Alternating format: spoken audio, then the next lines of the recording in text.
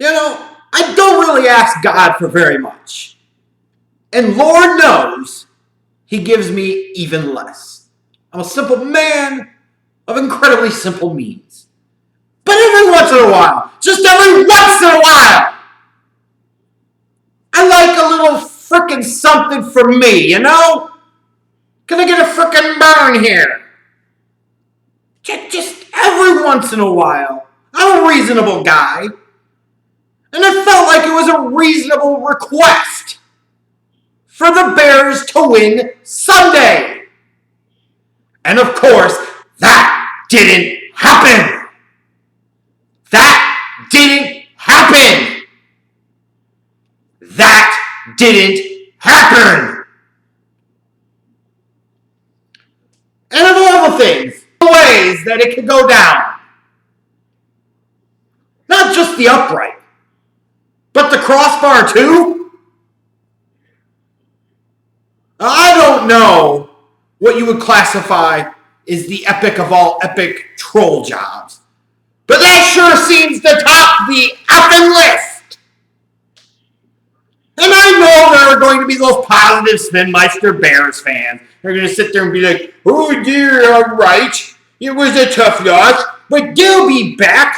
They're young. They've got some cap space. They've got all their key pieces locked up long term.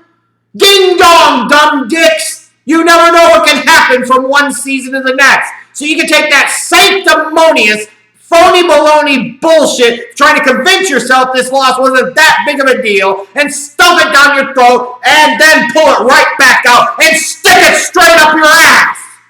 Because I seem to remember that 2006 season when the Bears made it to the Super Bowl, and we all know what the fuck happened. Ron Turner wants to make Rex Grossman a god in the fucking rain. They lose the Super Bowl, hand Peyton Manning his first joke fucking ring. Oh, the Bears are young. They got their key pieces, their core intact for years. They'll be back. Well, 4 years later, they finally made it back to the fucking playoffs again, just so that way they can get to the NFC Championship game and lose at fucking home to the Packers because Cutler was a pussy. Period. Oh, that's okay. They'll be back. It took them 8 damn years to get back to the playoffs again. So don't sit there and tell me, oh, it's okay, they'll be back. You don't know. None of us know. The Bears could win the Super Bowl next year. They could end up with the number 1 overall pick in the 2020 draft. And tell me that's not a possibility on either end of the spectrum. You don't know. I don't know. We have to deal with the right now and the here and flipping now. And the here and flipping now indicates that this was a Bears team that had, in theory, a lot of the pieces in place where they could have made a championship run right here, right now, this year. And they failed to get the job done. That's not okay. That's not wait till next year. That is kick in the crotch type of disappointment. Like you look at the Jaguars last year. Some of you want to say, well, Mitchell Trubisky sure as hell is no Blake Bortles, and Matt Nagy is most certainly not Doug Marrone. You're right. Because those two assholes in Jacksonville won 2 playoff games last year, including one on the road. And then, oh, by the way, in the AFC Championship game, they had a double-digit fucking lead on the damn Patriots in the AFC Championship game in the 4th quarter. So hell no, Trubisky and Nagy and Marrone, respectively. Because those two in Jacksonville won some damn playoff games last year. And sure, you're going to have the people ball-washing Ryan Pace, Executive of the Year, I'm sure.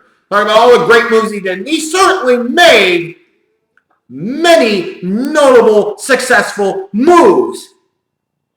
But what I can't help but to continue to think about is the fact that what is most notable is, sorry, it's true, Bears fans, accept it. He got the wrong fucking quarterback in Trubisky instead of Mahomes, or you might even be able to argue Watson. And then knowing he had one glaring weakness above all flipping else, he decided to stick with CODY PARKEY when everybody knew CODY PARKEY absolutely sucked. Got rid of Robbie Gould to begin with. Why? To save a couple $1 million in cap space so they could sign Josh Sitton. How'd that frickin' work out? To say, oh, well, we could just find another kicker. Oh, you found one doesn't mean he was any damn good. Unbelievable. And I know there are all types of Bears fans that are beside themselves with their hate CODY PARKEY mentality right now.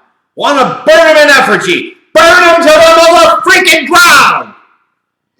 And I get it. It's like, asshole, you had one job to do. One job to do. And one more time, you failed to get it done. And for good measure, didn't hit one piece of metal, you hit two. And how fitting and appropriate.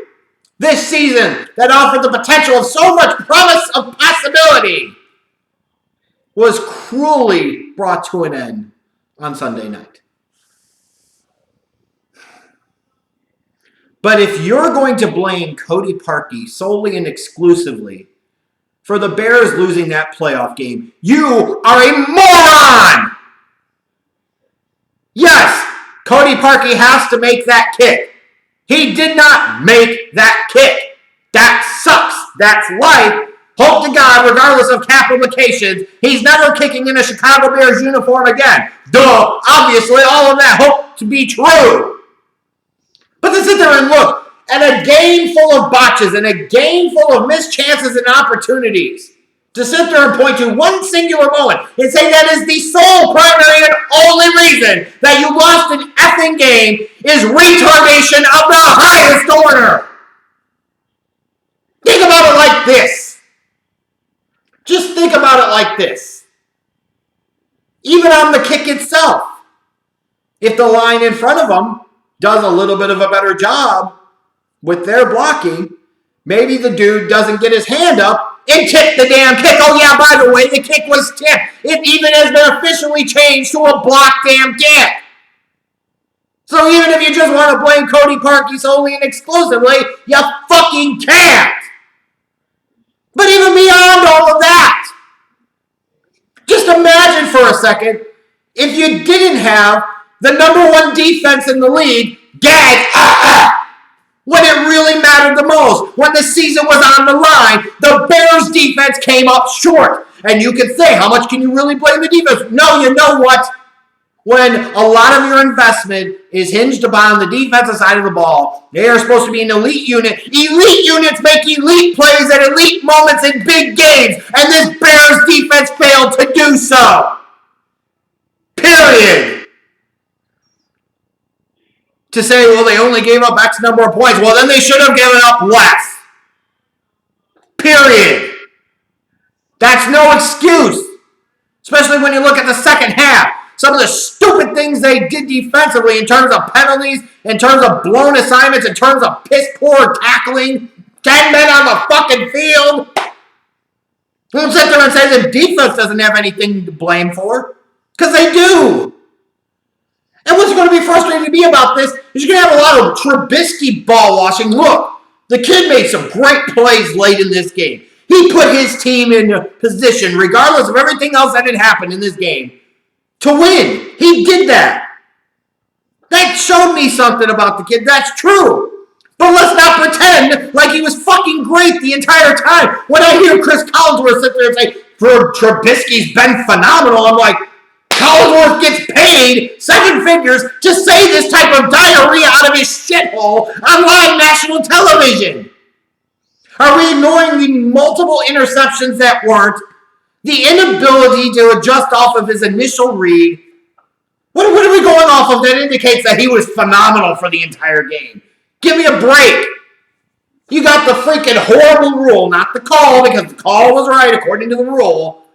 But a guy catches the ball, fumbles it, but because nobody recovered it, it's not a fumble, and it's also not a catch. That was a huge momentum-killing play there. That was horrible. And even beyond that, you look at this Bears defense, I come back to it. Amos with the terrible penalty. Amukamura with the terrible pass interference penalty. The blown coverages. And oh, by the way, on that Dallas Goedert touchdown, how great it was. They had 10 guys on the fucking field. And then beyond all that, you bothered to activate Eddie Jackson for the game. And then at no point in time did you think, hey, we might want to try playing him. He's only been a fucking all-pro this year, and 80% of him is going to be better than 100% of most anybody damn else we have, specifically Deion effing Butt. But no. You just activate him and have him be a padded cheerleader a la Malcolm Butler. How did it work out for the Patriots last year? It worked out about the same for the Bears this time.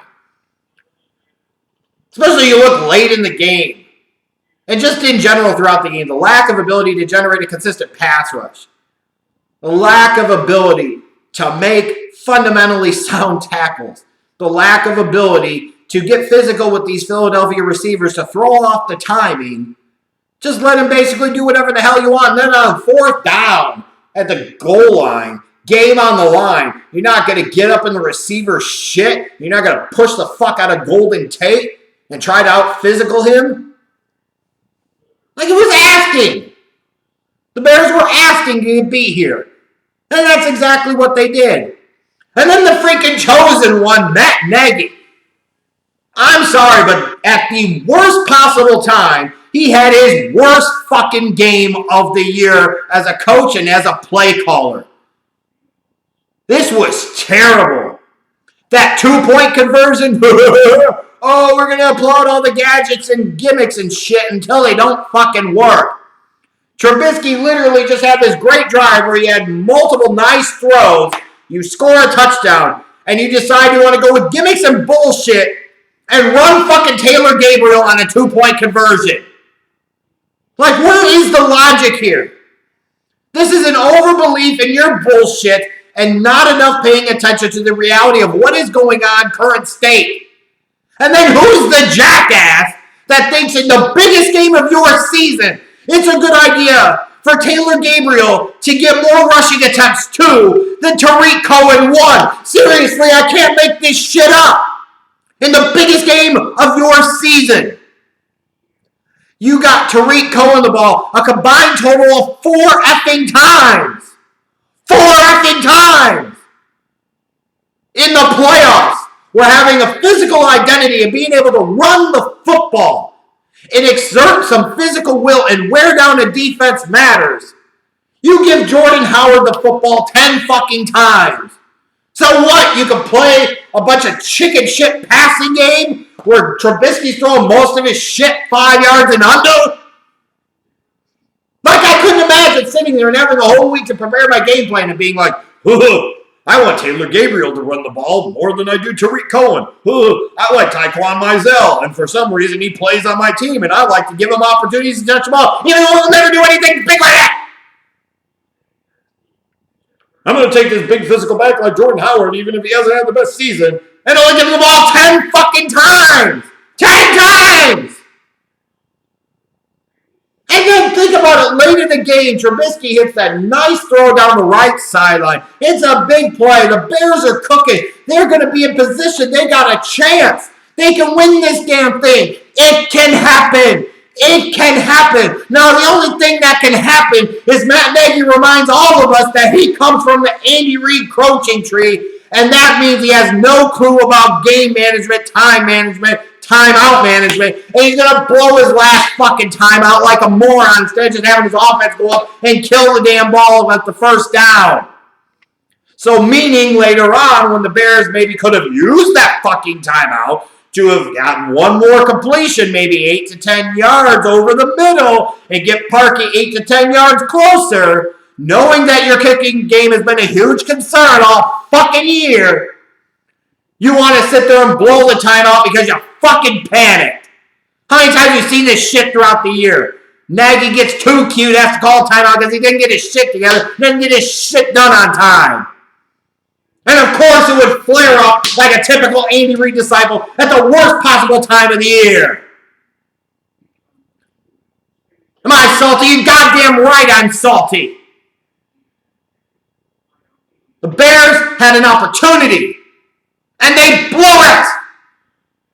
Fuck next year. There might not be a next year. Fuck blaming Cody Parkey, because there's so many other things that went into this game that caused the Bears to lose. You outgained the damn Eagles on the ground. You rushed for more yards. You had more total yards. And you won the fucking turnover battle. You picked off Foles twice, and you still found a way to lose the game. If that isn't typical of the Chicago Bears organization, that even when something a little bit is going all right, they just got to find a way to chop their balls off, undercut their legs, and fuck themselves over. Well, thanks a lot, assholes. That's what I get for believing. Another season of disappointment watching somebody else's team play in the fucking Super Bowl.